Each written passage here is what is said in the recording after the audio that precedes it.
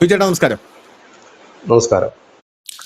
വിജയേട്ടാ, ബംഗ്ലാദേശിലെ വാർത്തകൾ നമ്മൾ നിരന്തരം കൊടുത്തുകൊണ്ടിരിക്കുകയാണ്. നമ്മൾ ഏറ്റവും അവസാനമായിട്ട് ലേറ്റസ്റ്റ് ആയിട്ട് അപ്ഡേറ്റ് ചെയ്തത് 26 ജില്ലകളിൽ ബംഗ്ലാദേശിന്റെ BGP അവരുടെ സൈന്യത്തെ വിന്യസിക്കുന്നു എന്നുള്ള വാർത്തകളാണ് പുറത്തു വന്നത്. ബോർഡർ സെക്യൂരിറ്റിക്കുള്ള ഗാർഡ്സ് അവരെ വിന്യസിക്കുന്നു. അതിനുശേഷം ബംഗ്ലാദേശിന്റെ അതിർത്തിയിൽ ഇപ്പോൾ കലാപം തുടങ്ങിയിരിക്കുകയാണ് എന്ന റിപ്പോർട്ടുകൾ പുറത്തു വരുന്നു. വേലിക്കിപ്പുറത്ത് നമ്മുടെ രാജ്യക്കാരും, വേലിക്കപ്പുറത്ത് നമ്മുടെ രാജ്യക്കാരുടെ പ്ലസ് BSF, വേലിക്കപ്പുറത്ത് ബംഗ്ലാദേശി സൈന്യം പ്ലസ് അവരവിടെ നിന്ന് ബംഗ്ലാദേശികളെ വ്യാപകമായിട്ട് കൊണ്ടിറക്കുന്നുണ്ട്. അവരെയും കൊണ്ടുവന്ന് വലിയ രീതിയിലുള്ള ഒരു കല്ലെറി, സ്റ്റോൺ പെൽറ്റിംഗ് ഒക്കെ നടത്തിയതായിട്ട് കഴിഞ്ഞ ദിവസം റിപ്പോർട്ട് പുറത്തു വന്നു. അതിന്റെ പ്രധാനപ്പെട്ട കാരണം, ഇവിടെ നിന്ന് ഒരാളെ നമ്മളൊരു നുഴഞ്ഞു കയറ്റക്കാരനെ അങ്ങോട്ടേക്ക് വിട്ടപ്പോൾ അയാളെ അപ്പുറത്ത് സ്വീകരിച്ചില്ല, അയാളെ ഇപ്പുറത്തോട്ടും സ്വീകരിച്ചില്ല. ഇയാൾ ഈ രണ്ട് വേലിക്കും നടുക്കിൽ കുടുങ്ങിപ്പോയി എന്നുള്ളതാണ്. നമ്മുടെ പഞ്ചാബി ഹൗസിൽ പറയും പോലെ അവ അകത്തോട്ടും വരണ്ട പുറത്തോട്ടും വരണ്ട, പഠിക്കൽ നിന്നോട്ടെ എന്ന് പറയുന്നത് പോലെ അങ്ങനെ വലിയ തർക്കം ഉടലെടുക്കുകയും അങ്ങനെ വലിയ രീതിയിലുള്ള പ്രശ്നം ഉണ്ടാക്കുകയും ചെയ്തു. അങ്ങനെയാണ് ഈ കലാപം ഉണ്ടായിരിക്കുന്നത്. അത് ഇതുവരെ ശമിച്ചിട്ടില്ല എന്നാണ് എനിക്ക് അറിയാനായിട്ട് സാധിക്കുന്നത്. കൂടുതൽ പ്രശ്നങ്ങൾ വരുന്ന മുറയ്ക്ക് ഉണ്ടാകും എന്ന് നമുക്ക് മനസ്സിലാക്കാനായിട്ട് സാധിക്കുന്നുണ്ട്. അപ്പൊ ഇതൊരു വലിയ വിഷയമാണ്. അതിന്റെ കൂട്ടത്തിൽ നമ്മൾ ചേർത്ത് വായിക്കേണ്ട വലിയൊരു വാർത്ത, കഴിഞ്ഞ ദിവസം നമ്മുടെ റിസർവ് ബാങ്കിന്റെ വലിയൊരു സർജിക്കൽ സ്ട്രൈക്ക് നടന്നിട്ടുണ്ട്. 135 NBFCകളുടെ രജിസ്ട്രേഷൻ സർട്ടിഫിക്കറ്റുകൾ കഴിഞ്ഞ ദിവസം നമ്മുടെ റിസർവ് ബാങ്ക് റദ്ദാക്കി. എക്സാക്ട്ലി പ്രേക്ഷകർക്ക് കുറച്ചുകൂടെ മനസ്സിലാകുന്ന രീതി പറയുകയാണെങ്കിൽ, ബാങ്കിന്റെ അധികാരമുള്ള സാമ്പത്തിക സ്ഥാപനങ്ങൾ, ഇതാണ് NBFC എന്ന് പറയുന്നത്. അതിന് ബാങ്കിന് തത്തുല്യമായിട്ടുള്ള അധികാരങ്ങളുണ്ട്, അല്ലെങ്കിൽ ബാങ്ക് തന്നെയാണ് എന്ന് വേണമെങ്കിൽ നമുക്ക് പറയാനായിട്ട് സാധിക്കും. അതിൽ ഭൂരിഭാഗവും ഉള്ളത് വെസ്റ്റ് ബംഗാളിലാണ് എന്നുള്ളതാണ്. കാരണം കഴിഞ്ഞ ദിവസം ന്യൂസ് ഇന്ത്യ മലയാളം കൊടുത്തൊരു വാർത്തയുണ്ട്. ആ വാർത്ത അത്യാവശ്യം റീച്ച് ആയെന്ന് എനിക്ക് തോന്നുന്നു. കാരണം ഈ പോലീസ് ബംഗ്ലാദേശികളുടെ പല ഡീറ്റെയിൽസും പരിശോധിക്കുമ്പോൾ അതിലൊരു ഭാര്യയും ഭർത്താവും കോടികളുടെ സാമ്രാജ്യമാണ് കെട്ടിപ്പടുത്തിരിക്കുന്നത്. നമ്മുടെ ബംഗാളിൽ തന്നെ കോടികളുടെ സാമ്രാജ്യമാണ് ഇവർ കെട്ടിപ്പിടി. ആ സാമ്രാജ്യം ഒരു പുറത്തേക്ക് വ്യാപിപ്പിച്ചുകൊണ്ടിരിക്കുകയാണെന്നുള്ളതാണ് വേറൊരു കാര്യം. അതിനകത്ത് ഇതുപോലുള്ള പല ഈ സാമ്പത്തിക രംഗത്തെ പല ബാങ്കുകളുടെ പല അനധികൃതമായിട്ടുള്ള ഇടപാടുകളും ഉണ്ടായിരുന്നു എന്നുള്ളതാണ് അത് ആ വാർത്തയിൽ നിന്ന് നമുക്ക് മനസ്സിലാക്കാൻ സാധിക്കുന്ന കാര്യം. അപ്പൊ ഇതുപോലുള്ള പല ബാങ്കുകളുടെയും ലൈസൻസ് തന്നെ കട്ട് ചെയ്യുന്ന രീതിയിലോട്ടുള്ള കാര്യങ്ങളാണ് പോകുന്നത്. ഇതിൽ പല ബാങ്കുകൾ രജിസ്ട്രേഷൻ സർട്ടിഫിക്കറ്റ് കട്ട് ചെയ്യുന്ന പല ബാങ്കുകളുണ്ട്. അതിൽ Express Fincap House, Akshay physical services, Times Finance, Jupiter Products, Jupiter Fitness, അങ്ങനെ പല തുടങ്ങിയ ബാങ്കുകളുണ്ട്. പോരാത്തതിന് രജിസ്ട്രേഷൻ സർട്ടിഫിക്കറ്റ് റദ്ദാക്കിയ ഭൂരിഭാഗം NBFCകൾക്കും പശ്ചിമ ബംഗാളിൽ രജിസ്റ്റർ ചെയ്ത ഓഫീസ് വിലാസമുണ്ട് എന്നാണ് RBI പറയുന്നത്. അതായത് രാജ്യത്ത് എവിടെ പ്രവർത്തിക്കുന്നതായിരുന്നാലും ഇതിന്റെ വിലാസം പശ്ചിമ ബംഗാളിലാണ്. പശ്ചിമ ബംഗാളിൽ നിന്നാണ് ഇതിന്റെയൊക്കെ തുടക്കം എന്നാണ് ഇവർ പ്രധാനമായിട്ടും പറയുന്നത്. ലയനം, പിരിച്ചുവിടൽ, സ്വമേധയുള്ള പണിമുടക്ക് എന്നിവയെ തുടർന്ന് ബിസിനസ്സിൽ നിന്ന് പുറത്താക്കപ്പെടുകയോ നിയമപരമായിട്ടുള്ള സ്ഥാപനങ്ങൾ അല്ലാതിരിക്കുകയോ ചെയ്തതിനാൽ 13 ബാങ്കിംഗ് ഇതര ധനകാര്യ കമ്പനികൾ അവരുടെ രജിസ്ട്രേഷൻ സർട്ടിഫിക്കറ്റുകൾ കേന്ദ്ര ബാങ്കിന് സമർപ്പിച്ചിട്ടുണ്ട് എന്നുള്ള റിപ്പോർട്ടുകളും നമുക്ക് ഇതിനോടൊപ്പം ചേർത്ത് വായിക്കേണ്ടതാണ്. എന്തായിരുന്നാലും വലിയ ഒരു സർജിക്കൽ സ്ട്രൈക്കാണ് ബാങ്കിംഗ് മേഖലയിൽ ഇത് നടത്തിയിരിക്കുന്നത്. നമ്മുടെ നോട്ട് നിരോധനം വന്നപ്പോൾ അതുപോലെ ഈ ബാങ്കിംഗ് സംവിധാനം, അല്ലെങ്കിൽ ബാങ്ക്, ഇപ്പൊ നാളെ ഉദാഹരണം പറയുകയാണെങ്കിൽ, നാളെ ഒരു ധനകാര്യ സ്ഥാപനം, നമ്മൾ സ്വർണം പണയം വെക്കുന്ന ഒരു ധനകാര്യ സ്ഥാപനം, ആ ധനകാര്യ സ്ഥാപനത്തിന്റെ ലൈസൻസും കാര്യങ്ങളും ഒക്കെ എടുത്ത് കളയുകയാണെന്ന് കേന്ദ്ര സർക്കാർ പ്രഖ്യാപിച്ചാൽ അവിടെ സ്വർണം പണയം വെച്ചിരിക്കുന്ന ആൾ, സ്വർണം എടുക്കാൻ നിൽക്കുന്ന ആൾക്കാർ, അവിടെ പൈസ നിക്ഷേപിച്ചിരിക്കുന്ന ആൾക്കാരൊക്കെ പാനിക്കാവും. അവർ ഓടിച്ചെന്നിട്ട് ഇതിന്റെ മുന്നിൽ വലിയൊരു ക്യൂ ഉണ്ടാവും. അപ്പൊ അതുപോലെയുള്ള 135 സാധനങ്ങളുടെ ഇതാണ്, പ്രത്യേകിച്ച് വെസ്റ്റ് ബംഗാളിലാണ് കേന്ദ്ര ബാങ്ക് കട്ട് ചെയ്തിരിക്കുന്നതെന്ന് അറിയാൻ സാധിക്കുന്നത്. അപ്പൊ എന്താണ് ഇത് മൊത്തത്തിലുള്ള ഒരു സാഹചര്യം? വെസ്റ്റ് ബംഗാളിൽ സത്യം പറഞ്ഞാൽ അടിച്ച് നിരത്തുകയാണ് എന്നാണ് ഇതിലൂടെ മനസ്സിലാക്കുക. എല്ലാ മേഖലയിലും, അതിപ്പോ ബാങ്കിങ് ആയിക്കൊള്ളട്ടെ, നുഴഞ്ഞുകയറ്റക്കാരുടെ ആയിക്കൊള്ളട്ടെ, അനധികൃത കുടിയേറ്റങ്ങളായിക്കൊള്ളട്ടെ, അനധികൃതമായിട്ടുള്ള കെട്ടിടങ്ങൾ ഒഴിപ്പിക്കുന്നതായിക്കൊള്ളട്ടെ, മദ്രസയില് ജൂലൈ 6 തീയതിക്കകം ഫുൾ റിപ്പോർട്ട് സമർപ്പിക്കണമെന്ന് പറഞ്ഞിരിക്കുകയാണ്. അങ്ങനെ സകല മേഖലകളിലും ഒരു വൻ ക്ലീനിങ് ആണ് നടന്നുകൊണ്ടിരിക്കുന്നത്. അപ്പൊ എന്താണ് ഇതിന്റെ അർത്ഥം? എന്താണ് ഇതൊക്കെ സൂചിപ്പിക്കുന്നത്? ഇതിപ്പോ ബംഗ്ലാദേശ് സർക്കാരല്ല ചെയ്തിരിക്കുന്നത്, RBI ആണ്. ഇത് ബംഗാളിൽ നിന്ന് കേരളത്തിലേക്കുള്ള ദൂരം വളരെ കുറവാണ്. കാരണം നേരത്തെ തന്നെ ഈ നോട്ട് നിരോധനത്തോടനുബന്ധിച്ച് കേരളത്തിലെ പല സഹകരണ ബാങ്കുകളും റിസർവ് ബാങ്ക് ഓഫ് ഇന്ത്യയുടെ നിയമാവലിക്കുള്ളിൽ അല്ല നിൽക്കുന്നതെന്നുള്ള റിപ്പോർട്ടുകളൊക്കെ വന്നിരുന്നു. അതിന്റെ നടപടികളിലേക്കൊന്നും കടന്നില്ല. നമ്മുടെ രാജ്യത്തിന്റെ ചരിത്രത്തിൽ ആദ്യമായിട്ട് സഹകരണ മേഖലയ്ക്ക് ഒരു കേന്ദ്രമന്ത്രി വന്നു, ശ്രീ അമിത്ഷായ്ക്ക് 2 ഉത്തരവാദിത്തങ്ങളാണുള്ളത്. ഒന്ന് ആഭ്യന്തരമന്ത്രിയാണ്, ഒന്ന് അദ്ദേഹം സഹകരണ മന്ത്രി കൂടിയാണ് സഹകരണ മേഖലയിൽ. അപ്പോൾ അതും കൂടി വന്നു. അങ്ങനെയാണ് പലതും പിടുത്തം വീഴുന്നത്.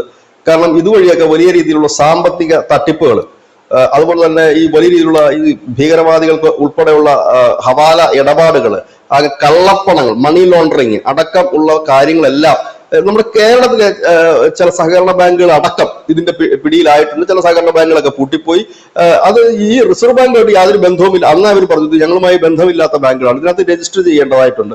നമുക്കറിയാം നോട്ട് നിരോധനം വന്ന സമയത്ത് KYC ഹാജരാക്കാൻ പറഞ്ഞിരുന്നു, പൈസ എടുക്കാൻ.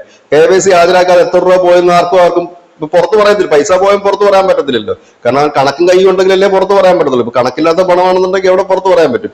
അതുപോലെ തന്നെ ഒരാൾ തന്നെ പല KYCകൾ ബാങ്ക് തന്നെ ശരിയാക്കി കൊടുത്ത് അക്കൗണ്ട് ഇടുന്നു. അങ്ങനെ പല പല ഉടായ്പകളുണ്ടായിരുന്നു. ഇപ്പൊ അതിനൊരു പിടുത്തം പതുക്കെ വീണ് വരികയാണ്. ഈ FCRA വരുന്നില്ലേ, അതിന്റെ തന്നെ മറ്റൊരു ഭാഗം, അതിന്റെ ഒരു ഭാഗം കൂടിയാണ് ഈ ഒരു ഇതുകൂടെ കണ്ടെത്തുന്നത്. കാരണം ഇത്തരത്തിലുള്ള ഒരുപാട് ഏജൻസികൾ വഴിയും ബാങ്കുകൾ വഴിയും ഇതിനൊക്കെയുള്ള പണങ്ങൾ എത്താറുണ്ട്. അതായത് ഇത് ബാങ്കുകളെന്ന് നമുക്ക് പറയാൻ കഴിയില്ല, ബാങ്കുകളെന്നും വേണമെങ്കിൽ പറയാം, ധനകാര്യ സ്ഥാപനങ്ങൾ എന്ന് പറയുന്നതായിരിക്കും കുറച്ചുകൂടെ ഉചിതമായ ഒരു വാക്കെന്നാണ് എനിക്ക് തോന്നുന്നത്. ധനകാര്യ സ്ഥാപനങ്ങൾ, പണം ഇടപാട് സ്ഥാപനങ്ങൾ എന്ന് പറയുന്നതായിരിക്കും കുറച്ചുകൂടി ഉത്തമമായ ഒരു. നമുക്കറിയാം കുറച്ച് വർഷങ്ങൾക്ക് മുമ്പ് നമ്മുടെ നാട്ടിലൊക്കെ ഫോറിൻ എക്സ്ചേഞ്ചുകൾ ഉണ്ടായിരുന്നു. ഇതേപോലെ പ്രൈവറ്റ് സെക്ടറിലുള്ള ഫോറിൻ എക്സ്ചേഞ്ചുകൾ പലരും നടത്തിക്കൊണ്ടിരുന്നു. ഇന്നതില്ല. അതുപോലെ തന്നെ നമ്മുടെ വീട്ടിൽ ഫോറിൻ എക്സ്ചേഞ്ച് വരുമായിരുന്നു. അതായത് നമ്മുടെ നാട്ടിൽ തന്നെ കുറെ ഫോറിൻ എക്സ്ചേഞ്ചുകാരുണ്ട്. ഗൾഫിൽ നിന്നൊക്കെ വരികയാണെങ്കിൽ ഈ പാർട്ടികൾ വീട്ടിൽ വരും. വീട്ടിൽ വന്നിട്ട് അവിടെ വെച്ച് റിയാൽ മാറി ഇന്ത്യൻ ക്യാഷ്, നമ്മുടെ ഇന്ത്യൻ റുപ്പീസ് കൊടുക്കുകയും ഇതൊക്കെ ചെയ്തുകൊണ്ടിരുന്നവരുണ്ട്. ഇപ്പൊ അങ്ങനെയുള്ള കലാപരിപാടികളൊന്നും ഇപ്പൊ നമ്മൾ കാണുന്നില്ല. അങ്ങനെയുള്ള ഇടപാടുകളും വലുതായിട്ട് ഇപ്പൊ നമ്മൾ കാണുന്നില്ല. കാരണം ഒരു കണക്കിൽ കൂടുതലൊക്കെ ഫോറിൻ കറൻസികളൊക്കെ വെച്ച് അകത്ത് പോകുന്ന വഴി അറിയത്തില്ല, പിന്നെ ഇറങ്ങി വരാനും വലിയ പാടാണ്. അതൊക്കെ കൊണ്ടാണ് ഇപ്പോൾ അതില്ല. അത് മുമ്പ് നമ്മളൊക്കെ നാട്ടിൻപുറങ്ങളിൽ ഒരു സാധാരണ കാഴ്ചയായിരുന്നു. ഗൾഫുകാരൻ വന്ന ഉടനെ തന്നെ ഈ നാട്ടിലെ ലോക്കൽ ഫോറിൻ എക്സ്ചേഞ്ച് വരും നമ്മുടെ അടുത്ത്. അതൊക്കെ ആയിരുന്നു, ആ കലാപരിപാടികളൊക്കെ നിന്നു. അപ്പൊ ഇതാണ് വന്നിരിക്കുന്നത്. ഇത് ഈ ധനകാര്യ സ്ഥാപനങ്ങൾ വഴി വലിയ രീതിയിൽ തന്നെ തട്ടിപ്പ് നടത്തുന്നുണ്ട്, വലിയ രീതിയിൽ തന്നെ സാമ്പത്തിക ഇടപാടുകൾ നടത്തുന്നു എന്ന് മാത്രമല്ല, ഇത് വിധ്വംസക രാജ്യദ്രോഹ പ്രവർത്തനങ്ങൾക്ക് വേണ്ടി കൂടി ഈ പണം പോകുന്നു എന്നുള്ളതാണ് ഏറ്റവും ഭീകരമായ ഒരു അവസ്ഥ. ഇപ്പൊ ധനുഷ് തന്നെ നേരത്തെ സൂചിപ്പിച്ച അവിടുത്തെ ബംഗാളിലെ TMCയുടെ നേതാവിന്റെയും ഭാര്യയുടെ കയ്യിൽ നിന്ന് കോടികൾ പിടിക്കുന്നു, നേതാക്കന്മാരുടെ പേരിൽ കോടികളുടെ ആസ്തികൾ കണ്ടെത്തുന്നു. ഇത് ഒരുപക്ഷെ ഇവർ ചെയ്തു കൊടുത്ത ചിലപ്പോൾ ബംഗ്ലാദേശിൽ നിന്ന് വരുന്ന 100 പേർക്ക് ഇവിടെ ഒരു അക്കോമഡേഷൻ ശരിയായി കൊടുക്കാന്ന് വെച്ചോ, ബംഗാളിൽ വെസ്റ്റ് ബംഗാളിൽ ഒരു അക്കോമഡേഷൻ ശരിയായി കൊടുക്കുന്നു, അവർക്ക് വേണ്ട വോട്ടർ ID കാർഡും ഒപ്പം തന്നെ സ്ഥലങ്ങളും മറ്റു സൗകര്യങ്ങളും ചെയ്തു കൊടുക്കുമ്പോൾ ഇവർക്ക് വേണ്ട പണം ഇത്തരം ബാങ്കുകൾ വഴിയാണ് കൊടുക്കുന്നത്. ആർക്ക്? ഈ ഇതൊക്കെ നടപ്പാക്കി കൊടുക്കുന്ന വ്യക്തികളുണ്ടല്ലോ, അവർക്ക് ഈ ബാങ്കിൽ നിന്ന് വായ്പയായിട്ടോ ഇല്ല മറ്റെന്തെങ്കിലും തരത്തിലേക്ക് ഈ പണം നൽകുന്നു.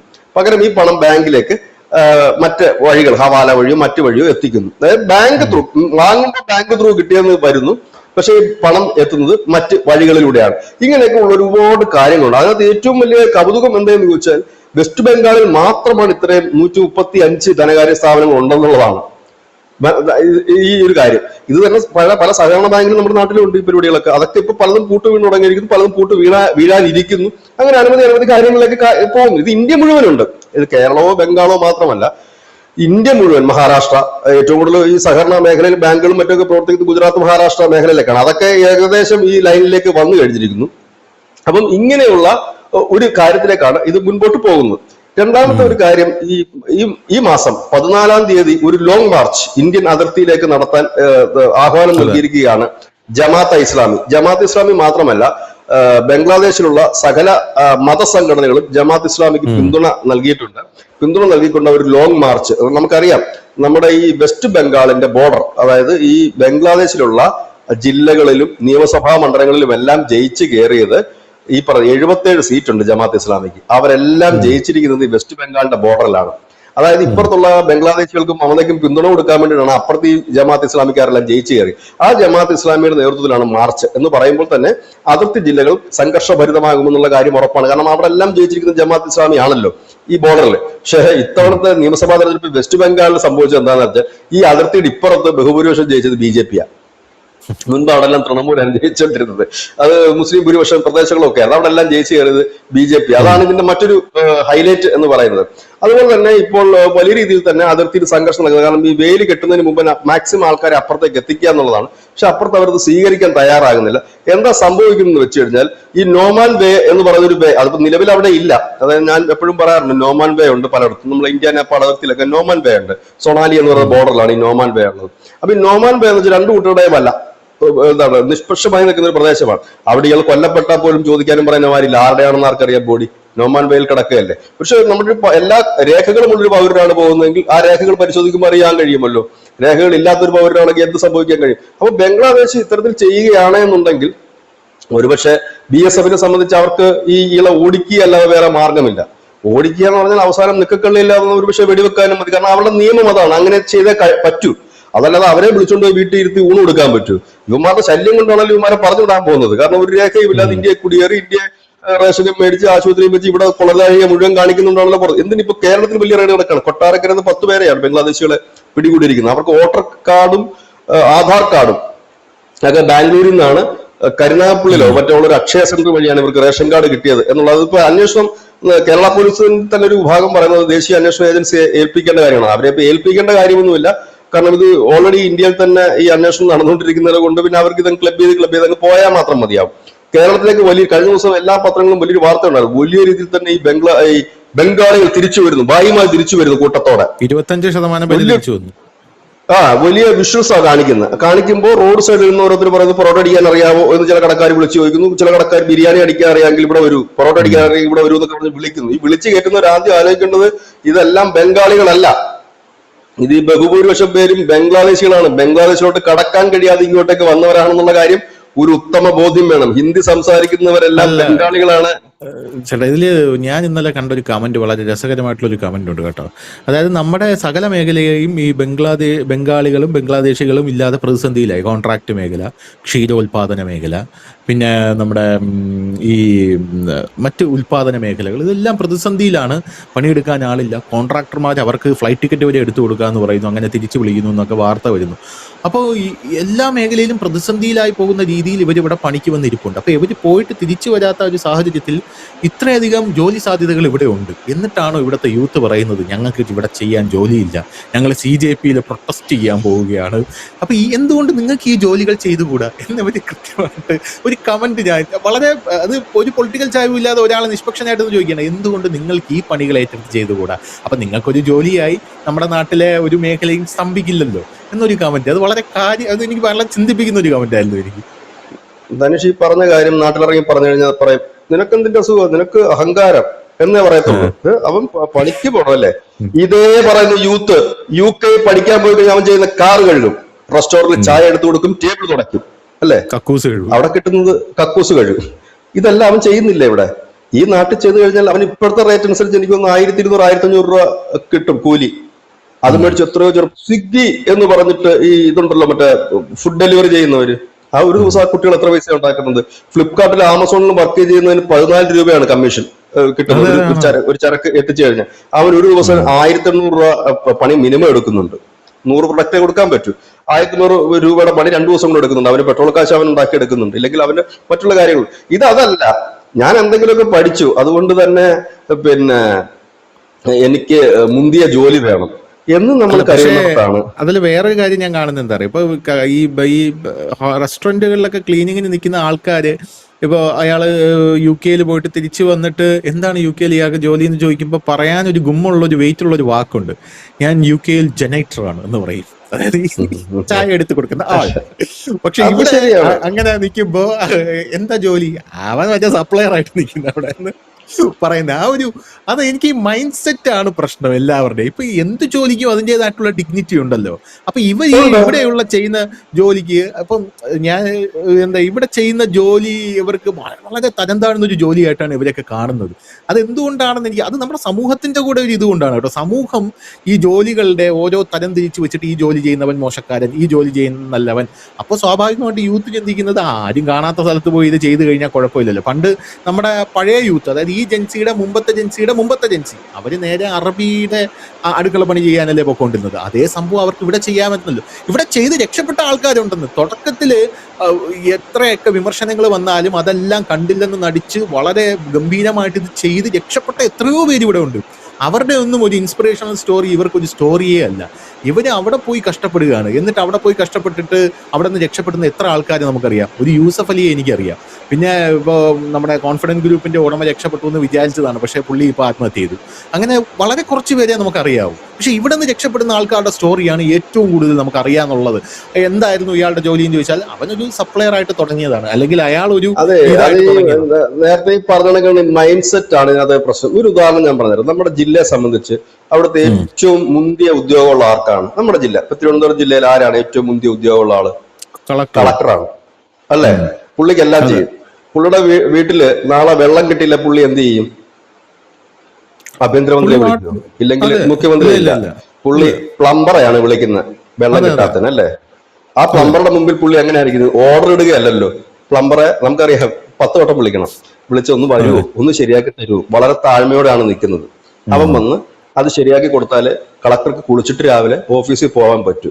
അതായത് ആ പ്ലംബർ എന്ന് പറയുന്ന വ്യക്തി ആ ചെയ്യുന്ന എന്നുള്ള ജോലി വളരെ പ്രധാനപ്പെട്ടതാണ്, വളരെ ഇമ്പോർട്ടന്റ് ആണ്. അവിടെ കളക്ടർക്ക് ചെയ്യാൻ കഴിയാത്തതാണ് ആ പണി. അതുകൊണ്ടാണ് വേറൊരാളത് ചെയ്യേണ്ടി വരുന്നത്. അപ്പം ഈ പണി ചെയ്യുന്നതിനകത്ത് എന്താണ്, അല്ലെങ്കിൽ അത് കണക്കുള്ള ജോലികൾ ചെയ്യുന്നുണ്ട് എന്താണ് അഭിമാനക്കുറവെന്ന് എനിക്ക് മനസ്സിലാകുന്നില്ല. കാരണം എല്ലാ വൈറ്റ് കോളർ ജോബ് ഇപ്പൊ നമ്മൾ ചെയ്യുന്ന വൈറ്റ് കോളർ ജോബാണോ?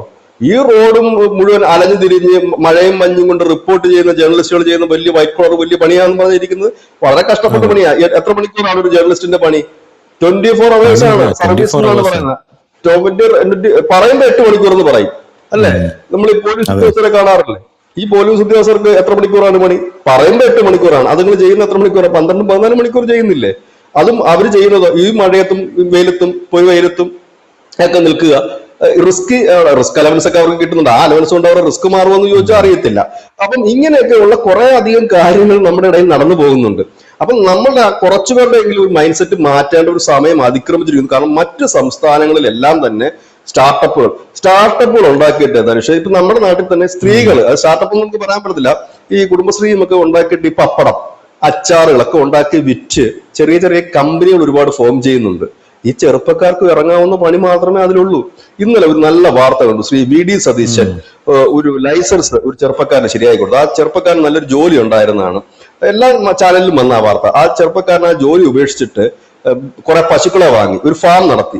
അതിൽ നിന്ന് അദ്ദേഹം ചാണകം വേർതിരിച്ചെടുക്കുന്നു, ചാണകം എടുത്ത് പ്രോസസ് ചെയ്യുന്നുണ്ട്, ഗോമൂത്രം എടുത്ത് പ്രോസസ് ചെയ്യുന്നുണ്ട്, പാല്. ഇത് 3 എണ്ണം കൂടെ കച്ചവടം ചെയ്യുന്നതിന് വേണ്ടിയിട്ടാണ് അദ്ദേഹം ഒരു വലിയ ഫാം തന്നെ തുടങ്ങി. ഇതിന് കഴിഞ്ഞ സർക്കാരുകൾ ലൈസൻസും മറ്റും കൊടുത്തിരുന്നില്ല. ഈ VD സതീശൻ വന്ന് ലൈസൻസ് കൊടുത്തു. ചെറുപ്പക്കാരനാണ്, അവൻ രക്ഷപ്പെടും. കഴുത വളർത്തി പൈസ ഉണ്ടാക്കുന്നവരില്ലേ നമ്മുടെ നാട്ടിൽ? കഴുത വലിയ ഡിമാൻഡാണ്, 7,000 രൂപ പറ്റാ പാലിന്. അത് വളർത്തി. അപ്പം ഈ പണി ചെയ്യുന്നതിനോടുള്ള വിമുഖതയാണ് ഒന്നാമത്തെ കാര്യം. മടിയാണ്. എന്നിട്ട് തൊഴിലില്ലായ്മയെ കുറിച്ച് പറയും. ഈ തൊഴിലില്ലായ്മയെ കുറിച്ച് പറയുന്നവന്മാരെ 10 പേരെ നിരത്തി നിർത്തിയിട്ട് നമ്മുടെ രാജ്യത്തിന്റെ ഒരു 10 ചോദ്യം ചോദിച്ചു നോക്കിയേ, ഒരു കിണ്ടിയും അറിയത്തില്ല. കഴിഞ്ഞ ദിവസം ഈ മറ്റേ പാർട്ടിക്കകത്ത് വന്നിട്ട് പാർട്ടിക്കകത്തോട് ചോദിച്ചില്ലേ എന്താണ് ബാച്ചിലേഴ്സിന്റെ സ്പെല്ലിംഗ് ചോദിച്ചായിരുന്നു. നിങ്ങൾ പറയുന്നത് ബാച്ചിലേഴ്സ് ആർട്സ് BA ആണല്ലോ പഠിക്കുന്നത്. അപ്പൊ ബാച്ചിലേഴ്സിന്റെ ഇതെന്താ സ്പെല്ലിംഗ് എന്ന് വെച്ചപ്പോ അവൻ അറിയില്ല. പിന്നെ BAയുടെ ഫുൾ ഫോം ചോദിച്ചിട്ട് അവൻ അറിയില്ല. ഇങ്ങനെയൊക്കെ ഉള്ളവന്മാരാണ്. അവർക്ക് വേണ്ടത് വലിയ ജോലിയാണ്. ഒരു പണിയും ചെയ്യാതെ ലോകത്ത് ആരും ശമ്പളം കൊടുക്കത്തില്ല. നമ്മൾ തന്നെ ഒരു പണിക്കാരനെ വിളിച്ചു വെച്ചാൽ അവനെ കൊണ്ട് മാക്സിമം പണിയെടുപ്പിക്കാനാണ് നമ്മൾ നോക്കുന്നത്. എന്നാൽ മാത്രമേ ഉള്ളൂ. മാക്സിമം പണിയെടുക്കുന്നവന് നല്ല പൈസ കിട്ടാറുണ്ട്. ഇവിടെ ഒരു തൊഴിൽ ചെയ്യുന്നവനും വീട്ടിൽ വെറുതെ ഇരിക്കുന്ന നമ്മൾ കണ്ടിട്ടില്ല. നമുക്ക് പറ്റുന്ന പണി ശരി, നമുക്ക് ഓട വൃത്തിയാക്കാൻ പോകാൻ നമുക്ക് മാനസികമായി പറ്റില്ല. ഓക്കെ, നമുക്ക് അറിയാവുന്ന ഒരു സ്കിൽ ഉണ്ടാകുമല്ലോ. നമ്മൾ പഠിച്ചത് എഞ്ചിനീയറിംഗ് ആയിരിക്കും. എഞ്ചിനീയർ ആയിട്ട് തന്നെ പോകത്തുള്ളൂ എന്ന് വിചാരിച്ചു കഴിഞ്ഞാൽ നമുക്ക് അതിനും മാത്രം സ്കിൽ ഉണ്ടാകണം. ഒരു ബൾബെങ്കിലും മാറ്റിയിടാൻ അറിയണം, എങ്കിലേ ഇലക്ട്രിക്കൽ എഞ്ചിനീയർ ആയിട്ട് പോകാൻ പറ്റൂ. അതറിയാതെ നമ്മളത് പഠിച്ച് പാസ്സായിട്ട് നമുക്കറിയാം. നമ്മുടെ സ്ഥാപനത്തിൽ തന്നെ നമ്മുടെ സ്ഥാപനത്തിൽ തന്നെ നമ്മൾ ഇന്റർവ്യൂവിനെ വിളിക്കുമ്പോൾ കൂടുതലും ബിടെക്കാരാണ് ഇതിൽ അപ്ലൈ ചെയ്യുന്നത്. അപ്പൊ നമ്മൾ ഇതിൽ ചോദിക്കും. ഞാൻ അതിനകത്ത് ഒരു ഉദ്യോഗാർത്ഥിയുടെ ഞാൻ ചോദിച്ചു, നിങ്ങൾ എന്ത് ചെയ്യാനാണ് ഇവിടെ വന്നിട്ടെന്ന്. ഞാൻ എന്തും ചെയ്യും സാറെന്ന്. ഞാൻ പറഞ്ഞു എന്തും ചെയ്യുന്ന പണിയല്ല ഇവിടെ ഉള്ളത്, വാർത്ത കണ്ടെത്തി അത് വായിക്കുക എന്നുള്ളതാണ് ചെയ്യേണ്ട പണി. ഞാൻ പറഞ്ഞത് കാരണം ആ സൈഡിൽ നിന്ന് വരുന്നത്. അല്ലെങ്കിൽ പിന്നെ നമ്മൾ ടെക് ചാനലായിരിക്കണം. അല്ലാത്ത സ്ഥിതിക്ക് നമുക്ക് അദ്ദേഹത്തെ കൊണ്ട് എന്ത് ചെയ്യിക്കാൻ പറ്റുമെന്നാണ് ഞാൻ ചോദിച്ചത്. പുള്ളിയെ കുറിച്ച് ഒന്നും തന്നെ അറിയില്ല, വാർത്തകളെ കുറിച്ച് ഒന്നും അറിയത്തില്ല. സംസാരിച്ചപ്പോൾ തന്നെ മനസ്സിലായി. അപ്പൊ ഇതാണ് ഇതിന്റെ ഒരു അവസ്ഥയും സൈക്കോളജി പറഞ്ഞത്. ഇപ്പൊ നമ്മൾ ആ വിഷയങ്ങളിലൊക്കെ മാറിക്കൊണ്ടിരിക്കുന്നതാണ്. അപ്പൊ നമ്മൾ പറഞ്ഞു വന്ന വിഷയത്തിലേക്ക് വരുന്നത് ഏതായാലും കേന്ദ്ര സർക്കാരിന്റെ ഒരു നല്ല നടപടിയാണ് ഇത്. ഒരു തുടർ നടപടിയായിട്ടാണ് കാണുന്നത്. ഇത് ബംഗാളിൽ മാത്രം ഒതുങ്ങുന്നതല്ല, മറ്റു സംസ്ഥാനങ്ങളിലേക്ക് വരും, കേരളം അടക്കമുള്ളിടത്തേക്ക് വരും. കാരണം ഇവിടെയും ഒരുപാട് ഫൈനാൻഷ്യൽ തട്ടിപ്പുകൾ നടക്കുന്നുണ്ട്. ആപ്പ് ലോണുകൾ ഒരുപാടുണ്ട്. അത് മിക്കവാർക്കും നോയിഡ അവിടെയൊക്കെ രജിസ്റ്റർ ചെയ്തിട്ടുള്ള ആപ്പ് കമ്പനികൾ ഒരുപാടുണ്ട്. ആപ്പ് ലോണ് കൊടുങ്ങി ഒരുപാട് പേരുടെ ജീവിതവും പോകും. പക്ഷെ ഇതിപ്പോ കൊണ്ടുവന്നിരിക്കുന്നത് രാജ്യത്തെ ഭീകരവാദ വിധ്വംസ പ്രവർത്തനങ്ങൾക്ക് കടിഞ്ഞാണിടാനാണ് കൊണ്ടുവന്നിരിക്കുന്നത്. ഇത് ഏറ്റവും കൂടുതൽ ഇപ്പൊ എഫക്ട് ചെയ്തിരിക്കുന്നത് വെസ്റ്റ് ബംഗാളിനാണ്. ഒപ്പം തന്നെ 14-ാം തീയതി, ഇന്നിപ്പോൾ 12-ആണ്, 2 ദിവസം കൂടെ കഴിഞ്ഞാലാണ് ഇന്ത്യൻ അതിർത്തിയിലേക്ക് ബംഗ്ലാദേശിൽ നിന്ന് ജമാഅത്ത് ഇസ്ലാമിയുടെ നേതൃത്വത്തിൽ ഒരു മാർച്ച് സംഘടിപ്പിക്കുന്നത്. ഏതായാലും വരും ദിവസങ്ങൾ അതിന്റെ അപ്ഡേഷൻ കിട്ടുന്ന മുറയ്ക്ക് നമുക്കത് ചർച്ചയ്ക്ക് എടുക്കാം.